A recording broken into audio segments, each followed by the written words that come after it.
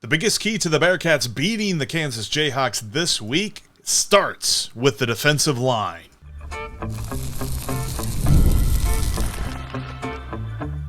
You are Locked On Bearcats, your daily podcast on the Cincinnati Bearcats, part of the Locked On Podcast Network, your team every day. Welcome into the Locked On Bearcats podcast. Hello, my name is Jeff Carr. I am Cincinnati through and through. I've been a sports information person for multiple different athletic departments, and I've been a season ticket holder with the Cincinnati Bearcats football team for 7 seasons now, and I'm glad that you're alongside me here today. Locked On Bearcats is part of the Locked On Podcast Network. We are your Bearcats, your team every single day. And on today's podcast, got a couple of guests for you. Starting off, we've got Dan Hoard, the voice of the Bearcats, will join me and really look into this Bearcats club, what we know about this football team as we head into Kansas, and why the defensive line is the biggest factor in this game for UC. Then later on, Derek Johnson from Locked On Jayhawks will join me to scout Kansas. We'll break down the matchup between the Bearcats and the Jayhawks, and we'll give you our predictions for this game on this episode of Locked On Bearcats that is brought to you by FanDuel. Right now, new customers can bet just $5, and if your bet wins, you'll get $300 in bonus bets to use across the app. Download the FanDuel app today. Dan, I'm very happy to have you on the show here today. Lots to discuss ahead of Kansas. But what is your first thing on your mind about this team coming out of the bye week? 3 weeks of, okay, you're 2-1. What's your first thoughts on the Bearcats? Well, Jeff, first, I'm glad you're doing this podcast. It's great to have it in your capable hands, so I know Bearcat fans are going to enjoy that. Here's the biggest thing running through my mind going into this game. If you go back to spring football and if you go through training camp, almost every player and coach has said, like it's been drilled into their head, our goal is to get to Dallas. They have focused on that and talked about it openly more than just about any Bearcat team that I can remember. A lot of teams, whether it's pro, college, high school, whatever, they like to keep their team goals private. Not this particular UC football team. From the very beginning of spring practice, it has been our goal is to get to Dallas. So if for some reason people don't know what that means, that is the site of the Big 12 championship game. Obviously, in order to do that, you've got to be one of the top 2 teams in the league when the season is finished. So in order to be one of the top 2 teams, you're going to have to win some tough games. I think a road game at Kansas qualifies. So let's see if they can go on the road with an extra week of rest and preparation and knock off a Kansas team that I think is really good. I know it would be surprising to a lot of folks, including the odds makers, because when they opened up this line on the game, it was plus 6.5 for the Bearcats. It jumped all the way to plus 8 for a moment yesterday, and now the Bearcats are at plus 5.5. So all of this movement around, what does that tell you about this particular matchup? That's really strange to me, because usually when you see dramatic movement like that in a short period of time, it's injury related. Some key player is out. And that's really not the case as far as I can tell. Now, Kansas had one of its best running backs go down in the first half last week against West Virginia, but the backup ran for more than 100 yards, so that's not a big issue. Obviously, Cincinnati is hopeful that Dontay Corleone will be back this week. I don't think the line would move 3 points because there's a chance he's going to play, and I think a reasonably good chance, but it has come back to basically where it started. So I think the lines makers, the odds makers, probably found a pretty good spot for half of the money to be on Cincinnati and half of the money to be on Kansas.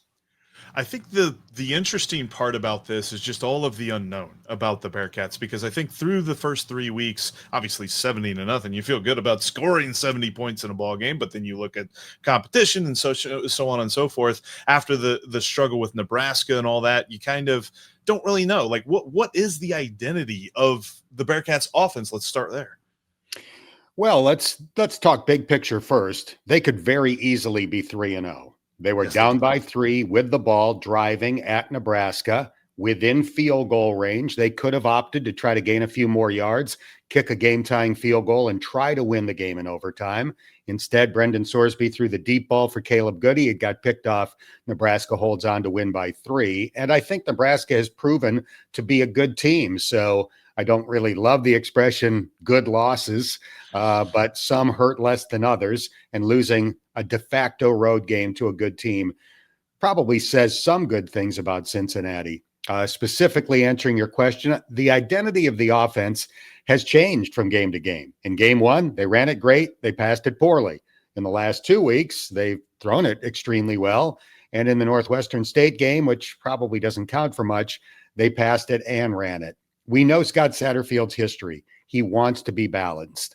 Most of his teams have averaged more than 200 passing yards and more than 200 rushing yards. I don't know if they're going to average more than 200 rushing yards this year. I think they'll wind up pretty close to that. But I do think that they've shown that they can throw the ball. And I think that's getting better and better as this entirely new wide receiver crew develops timing and chemistry with Brendan Sorsby. That's going to be an interesting factor as well, because I noticed that, I mean, as much as West Virginia kind of got ran over, it was some big plays that really puffed up the scoreboard against them. And West Virginia ran for 195 yards against this Kansas defense. Yeah, I think Kansas, their defense struggled in their one loss this year to Missouri. I think that's the weaker half of the ball. I think their offense is better than their defense. I don't think their defense is terrible. And they did shut down West Virginia last week. But I do think, just looking at the matchup on paper, you begin with concerns about their offense because it's been terrific pretty much the entire time that Lance Leipold has been there. Yeah, they made some big plays, and that was a huge reason why they were able to get out so quickly ahead of West Virginia. I think it was the first two drives were better, around 40-yard touchdown. I think it was 41 and 39-yard touchdown passes to a couple of different players there. Who is the biggest factor, switching gears, for the Bearcats on defense from stopping those big plays from happening? Is it the defensive line, or where do you look for that? It is the defensive line, because if you look at what Kansas has done offensively over the last 5 or 6 years, this is one of the primary teams in all of college football at pre-snap motion. We see it more and more now with most teams, but Kansas was really at the forefront of this with the eye candy and the deception. And I thought their quarterback, Jalon Daniels, who's in his 6th year, he's played games now in 6 different seasons, I thought he put it really well in describing what their offense is trying to do. He said, "We want to confuse you because we know what we're doing," which I think was a little bit better a way of expressing it than a lot of others have tried to. And that's exactly right. They're moving all over the place, different formation groups, lots of personnel coming in and out, movement before the snap on every play. You're guessing, you're moving, you're trying to have a gauge on what they're about to do. Well, they know what they're about to do. So advantage Kansas, at least it has been in most of their games in recent years. I'm intrigued to see, because that's something that Scott Satterfield said a lot in his in the press conference leading into this week. He said, the eyes. We got to really keep our eyes focused on where they need to be and not get distracted by all of that movement. That does, for me, I mean, Dontay Corleone is going to play a huge part of this. I know that he said that, when the initial practice report comes out this week, Dontay will be questionable on that. Do you expect him to play? I do. I know he practiced on Sunday. I don't know how extensively. Sometimes when you see that a guy practiced, it means he was out there in uniform and didn't do all that much. But that's a step in the right direction. Obviously, the bye week helped, and Dontay is obsessed with trying to be back for this game. He knows how important it is for Cincinnati to reach that goal of playing for the Big 12 championship. So if I had to make a bet, I would say yes. But there are still practice days left in the week. It'll probably come right down to pregame warmups. They'll see how he looks on a Saturday morning in Lawrence, Kansas, and see if he's good to go. But again, I've got a decent feeling that he'll be able to play. Who is the biggest X factor in the Bearcats pulling off the win this week? I'm not going to highlight an individual. I really do think it comes down to the defensive line, because this is a run-first offense. They've got a great running quarterback in Jalon Daniels. They've got all that deceptiveness that we talked about. The defensive linemen have to win some of their matchups, and they have to be in the right spots. You cannot get completely out-leveraged when you're facing Kansas. And if those guys do their job, then Cincinnati's outstanding linebacker core, which I think is the strength of the team in general, will be able to do its job. I think the linebackers have played well as a group. Jake Golday has been awesome as an individual. So I think if the guys up front can do a solid job, then the Bearcats have a chance. I'm looking forward to it. I know that we're looking forward to your call this week as you head to Lawrence. Now you got Kansas, you got Colorado coming up this week. It's nice though that the NFL was able to push the Bengals and Broncos to Monday night for you. That was nice. Roger Goodell and I were born in the same hospital in tiny Jamestown, New York. Slightly different years. I think Roger's a few years older than I am, but I often joke that I play the born in Jamestown general card when I've got 2 road games on the same weekend, hoping that Raj will do me a solid. So he didn't. TV did. It works out well for me this weekend, and hopefully I come home in the wee hours on Tuesday morning with 2 wins for Cincinnati football fans. All right, coming up, Derek Johnson will join me from Locked On Jayhawks, and we will break down the matchup between the Bearcats and the Jayhawks, and later on give you our predictions. Mazda crafts cars for those who do more than simply move. From footwork to breathwork, athletes sweat all the details. Mazda brings that same intention to how they craft every model of every one of their cars. You can feel the Japanese craftsmanship in every detail, from the metallic accents to available Napa leather upholstery. You can make everyday drives feel like anything but. From smooth handling to intuitive controls with all-wheel drive standard in every crossover SUV, you can drive with confidence through almost any season. Like our players, we sweat every detail because when you make every move count, impossible becomes irrelevant. Mazda, move and be moved. Do you know most people can't even name all of their accounts or what they're worth? I mean, quite frankly, I'm one of them, but thanks to Monarch Money, I'm no longer one of them, or I used to be one of them. Anyway, Monarch Money makes it easy to monitor your finances because it's made for busy people. They put all of your accounts, whether it be debit, credit, or investment accounts, in one place on one screen. You need one login and you see everything. That way you're able to monitor your financial well-being. You can even monitor spending. They've got spending habits that you can set as far as like limits and sort of notifications and all of that great stuff when it comes to your spending, and they help you grow your finances. Check out the Monarch Money app and the website today. Go to monarchmoney.com, sign up on their website using the promo code LOCKEDONCollege to get 50% off your first year. That's monarchmoney.com and the promo code LOCKEDONCollege for half off your first year. Start financially thriving with Monarch Money today. Before we jump into my conversation with Derek Johnson from Locked On Jayhawks, tomorrow on the show, Mo Egger from ESPN 1530 and the broadcast engineer for your Cincinnati Bearcats will join me. We will break down everything about this Kansas game and what he expects from the Bearcats as we start Big 12 play. That's Mo Egger from ESPN 1530. He'll join me tomorrow, so make sure you subscribe so you don't miss anything that I've got coming for you right here on Locked On Bearcats. This is a Locked On crossover episode. Derek Johnson, Locked On Jayhawks, Jeff Carr with Locked On Bearcats, and KU takes on Cincinnati Saturday morning game. It's funny because there's certain schools in the Big 12 where it's like, okay, KU playing it Saturday at 11. Like if you're playing BYU or Utah, it's like, oh, is that going to be an advantage? But Cincinnati's actually the one coming with, I guess, an extra hour of I guess you guys are Eastern time, correct? Yeah, Eastern times. It's funny to see like these noon games for us where it's like, pretty simple, pretty normal. But yeah, for you guys, you're still finishing off the mimosas. Yeah. Yeah, that's right. Yeah, those 11 a.m. games. Although for so many years, Kansas fans were used to the 11 a.m. games. Those were the only time they could get when things weren't going well.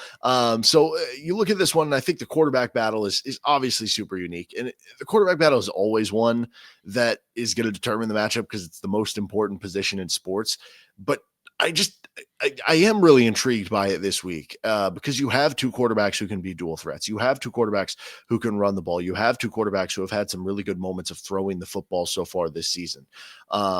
And I think for me, like Jalon Daniels does need to play well in this game. I'm very intrigued by the fact that I think Cincinnati's last in the country right now in completion percentage allowed as a defense. So they're giving up a lot of completions, but I'm also looking at it, and I think they're top 20 nationally in explosive play rate against the pass defensively. So they're not giving up big plays. Is that something that matches what you're watching in terms of they're just kind of, you mentioned bend but don't break earlier. Like, is that a design for Cincinnati to kind of expect like the other team to, okay, eventually they're going to kind of mess something up?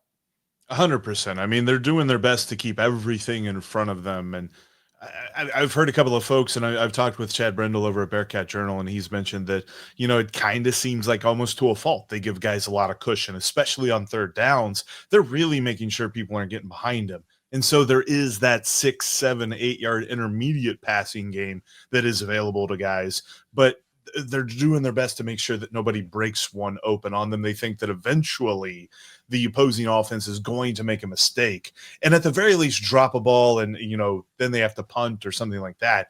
But for the most part, the defensive backfield is playing, I also cover the Reds for Locked On Reds. They're playing no doubles when it comes to Bearcats defense. So that's going to be an interesting thing with Jalon Daniels, where it seems as though he was okay throwing a couple of short passes and letting some guys really develop their own routes and their own yak, and whether or not the Bearcats can actually tackle, that's going to be a big thing for this defensive backfield. Yeah. I find that especially the West Virginia game, 50% completion rate. So if he has that same kind of inaccuracy, this could be a bad game. Now, majority of the season, he's at 67%. That hasn't been an issue. So I do find that interesting. And also, can Kansas find another receiver to step up? Now, on the Cincinnati side of things, I mean, I mentioned Sorsby, and we've talked a little bit about him. I want to talk about the offensive line, because right now, in offensive line run push, according to Pick Six Preview's advanced stats, they are number 1 in the country in offensive line run push. They are also number 1 in the country in sacks per attempt, because guess what? Brendan Sorsby hasn't been sacked so far this season, which, probably helps with his mobility too. But they're also top 30 in the country in both pass blocking and run blocking grade on Pro Football Focus. What has made this offensive line so good? And I guess, how do you view that matchup coming into this game? I think it's conservative defenses that they played. I don't think anybody's really ran a whole lot of blitzes against them. I mean, Nebraska had the distinction of, the defensive backfield that they could just lay back and just dare you to throw the ball. So if they got pressure with their front four, great, but they knew their guys were going to be on your receivers in just about every situation. Of course, we saw that was what happened. I mean, Brendan Sorsby barely crossed 60 total yards of passing in that game. On the other side of things with Bowling Green, like, it feels like they should have probably tried to sell out to put more pressure on Brendan Sorsby because of just what happened. Like, there were a few plays there around halftime that really sort of changed things for him. And that's kind of what flipped the game to a point where, yeah, the Bearcats won it. And at the end of the day, the margin looked okay, but that was much more of a, gritty, dirty fight than you really wanted that game to be. So I think that there's a little bit of, they've just faced a more conservative scheme up to this point, but there is a lot of experience on that offensive line, and they've got a lot of guys that can really lead this group. And the thing for me that's really interesting, and it'll continue to be interesting against Kansas, will be, what do they do with right tackle? Because they keep shuffling guys in and out. The rotation seems to be changing week to week. So I've not really gotten a feel for who the main person is that they're really turning to at that right tackle position. So what does that affect in this game? Because we've seen a lot more focus on the passing game for Scott Satterfield, where he likes to run the ball. He would prefer it if his offense was 200 and 200 rushing yards, 200 passing yards, rather than, more to the passing side of things. But that's how that's been this year, is more on Brendan Sorsby, less on their cast of characters at running back. So I'm not sure how that's going to play out against the Kansas team that seemingly has gotten a lot more pressure. I mean, they limited West Virginia, and whether or not you'd say Kansas is good or West Virginia is just really bad, that's for another conversation. But I thought that their defense looked really well against West Virginia. Yeah, and now that you bring it up, and you mentioned that the 200 thing, like that is very much like what Kansas wants to be, a balanced offense. And I can't help but think, now that you bring that up, how similar these teams are in a lot of different ways. Again, you're talking about a dual threat quarterback. You're talking about running games that want to get going and have a balanced offense. I was looking at some of the running charts of where Cincinnati likes to run the ball. Both teams like to run the ball to kind of the outside on those like stretch plays and the outside run plays, which is very interesting. Both defenses run. Kansas has kind of been playing multiple, like sometimes they'll go 4 down, sometimes they'll play 3 down. But you look at Cincinnati and they're kind of a 3 down defense that can be multiple too. And then you look at both defensive coordinators. Both of them have previous ties to Iowa, or I forget if it's Iowa State or just Matt Campbell in general before he was at Iowa State with Toledo. Matt Campbell. Yeah. Okay. Yeah. So I mean, I think actually a lot of similarities here, which you would think in theory for two teams that, you look at recruiting rankings, you look at transfer portal rankings, are probably pretty close together in the overall talent of the roster. Obviously, player development and stuff becomes important, but maybe that just means it's destined to be a close game because you do have two very similar schools. I think for me, that's where the importance, at least for the Bearcats on defense, the importance is placed on Jake Golday. Jake Golday is kind of their fourth rusher, because they do run that 3-3-5 and they really try to lay back on their coverage. So then it's up to the defensive line to get its pressure, but they add Jake Golday in more often than not to add to that pressure. And he's done really well for the most part so far this season. Even against Nebraska, he had a nice performance. So I'm curious to see how he can really work against Jalon Daniels, who I think is going to understand he's looking for Jake Golday and he's making sure that he doesn't get to him. And then if he can keep Dontay Corleone, and if he can keep Jake Golday away from him, he's going to have a good day. And that's going to be a big key for this Bearcats defense, because if Jalon Daniels doesn't feel the pressure, it doesn't matter how conservative the defensive backs are, it's going to be a long day for the Bearcats defense. Coming up next, can the Bearcats pull off the win on the road? The amazing deal over at FanDuel for new users continues, and you've got to get in on the action with all the football going on, all the baseball going on. I mean, we're down into the stretch run in Major League Baseball, getting ready for the playoffs. But, of course, we've got plenty of football coming on, too, especially with the Bearcats heading to Lawrence to face the Kansas Jayhawks. New users, by the way, sign up on FanDuel.com. You'll get $300 in bonus bets when your first $5 bet wins. Those are odds you cannot find anywhere else, and that's a deal that FanDuel doesn't offer for a very long time, so make sure you take advantage of it right now. And I'd take that $5 and I'd place it on the Bearcats. The line keeps moving, like we mentioned with Dan Hoard a little bit ago. It's plus 5.5 right now for the Bearcats. As much as it's moving, I think people are intrigued. That could get even smaller, but I still think the Bearcats cover that number at plus 5.5. You should check them out over on FanDuel. Again, new users can get $300 in bonus bets with your first winning $5 bet. Download that FanDuel app today. Before we get into, what does it take for Cincinnati to win? What does it take for Kansas to win? As we're here for Locked On Crossover, Locked On Jayhawks, and Locked On Bearcats. And thank you for listening to us and making us your first listen every day. Over under at 55.5. Would you be leaning one way or another on the total in this one? This feels like the matchup with Nebraska. I don't necessarily know if we're going to see that limited of scoring, but I would be tempted to take the under in this one. And what's the weather going to be like on Saturday? I know that there's a lot of rain moving through the area.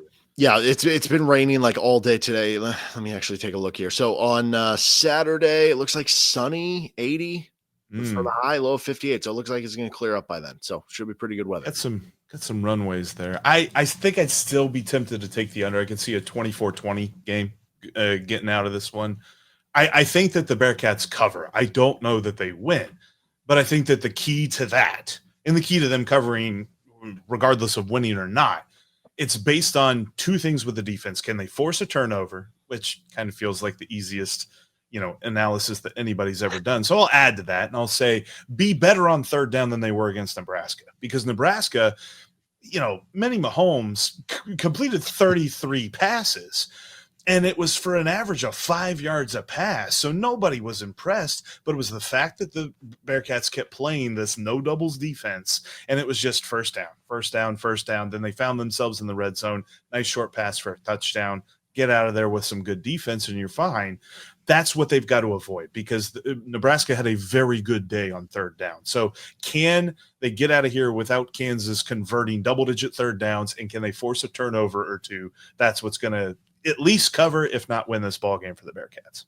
Yeah, and I do look at this one as being a close game. And I mean, you're looking at Cincinnati coming off a bye week, and when you look at all the crazy things that Kansas does that make them difficult to prepare for, the idea that Kansas was playing a game while Cincinnati had a bye, we saw the advantage of Kansas having a bye in the win over West Virginia. Now it's the other way around. I think that makes this one definitely tougher for KU and keeps it close. And honestly, like, that's my biggest worry, that what happens if this is a close game? What happens if this is a one-score game? Because Kansas, dating back to the start of the 2024 season, is now 1-6 in one-score games. Is that something that they're going to hit a reversion to the mean, and all of a sudden they're going to start winning a bunch of one-score games? I don't know. We'll wait to be seen. But that is a little bit nerve-wracking from my perspective if that is the case. And it's funny because I actually had this written down. You brought up the turnovers, and like you said, like being like, oh, the quarterback has to play well, and the turnover battle, like those are obvious things, but it's 100% true. And when you're looking at it, again, I go back to the what you just said with kind of being able to dink and dunk down the field with the bend but don't break defense. Well, the bend but don't break defense, it works if you get somebody who's impatient or eventually throws that interception. It doesn't work if the quarterback stays patient, continues to hit those guys, continues to be accurate. But Jalon Daniels coming off the game where he went just 12 of 24, 50%. If he gets impatient at any point, it could lead to an interception. If you get impatient as you're driving down the field, it could be the difference of a field goal versus a touchdown. And that could be the difference in a close game. So I really do think it is being consistently accurate and taking care of the football. And then I think the other one is just like, if you do want to look at it as, hey, both teams want to establish the run, both teams want to run the football, who ends up with the advantage on the ground, and that's obviously a multifaceted thing. It's the running backs, it's the quarterbacks, it's the offensive line, it's the opposing defenses, the opposing defensive lines. It's everything that kind of goes into that. But the team that wins the rushing battle at the end of the day, I think is going to be in pretty good shape. What hasn't Jalon Daniels seen to this point in his career? Oh, that's a good question. He's been around a while, that's for sure. I mean, the thing with Jalon has been, when he's on, he's about as electric as we've seen quarterback play at Kansas. And he is so fun to watch when that's the case. We've had to see some different injuries through the time. Last year, there were some inconsistencies, but he's a really fun player overall for Kansas. And, maybe that is the difference, right? I mean, Brendan Sorsby obviously has been a very experienced quarterback himself between starting games at Indiana and now in his second year as the starter at Cincinnati. But if it is a close game, then maybe you do point to that. Maybe you say, okay, Jalon Daniels is in his sixth year. Like that certainly can't hurt. I kind of wonder, because looking at him and looking at Sorsby, like obviously Jalon Daniels has a leg up on Brendan Sorsby in this matchup. But I think that if Kansas allows Brendan Sorsby to get into a rhythm early on, I think that's going to be good for the Bearcats. But he has a problem when he's trailing. And I think, for me, the quick and dirty analysis of this ballgame is whoever scores first wins. And that seems weird because we know that games can change on many different plays and things like that. But I just see a very random chaoticness to the Bearcats offense whenever they're trying to get back into a game. And they were doing decently of keeping up with Nebraska, but it felt like anytime they had an opportunity to either tie or go ahead, they would make some kind of mistake and almost torpedo themselves out of that chance. And so I think I would almost even go a step further and say whoever wins this coin toss should probably elect to receive, because I think there's a really good chance if you score on that first drive, you're going to have the momentum you need to carry yourself to the end of this game. Because I think we saw that in the Virginia game for Kansas, at least from an outsider's perspective, the way that they were able to just score quickly and then just kind of control the game the rest of the way. I think that if the Bearcats allow Kansas to score quickly in this one, I don't think they're going to be able to catch back up and get that win. I think whoever scores first wins this ballgame. Thank you so much for making Locked On Bearcats part of your day. If you do not already do so, make sure you subscribe, make sure you like, make sure you comment. That will help everything out to make it easier for Bearcats fans to find this community and join the community in. I really appreciate any and all of that you can do. Make Bearcats, Locked On Bearcats, part of your everyday routine. But that'll do it for us here on today's episode. Make sure you check out the Fire TV college football kickoff that only Locked On can put together.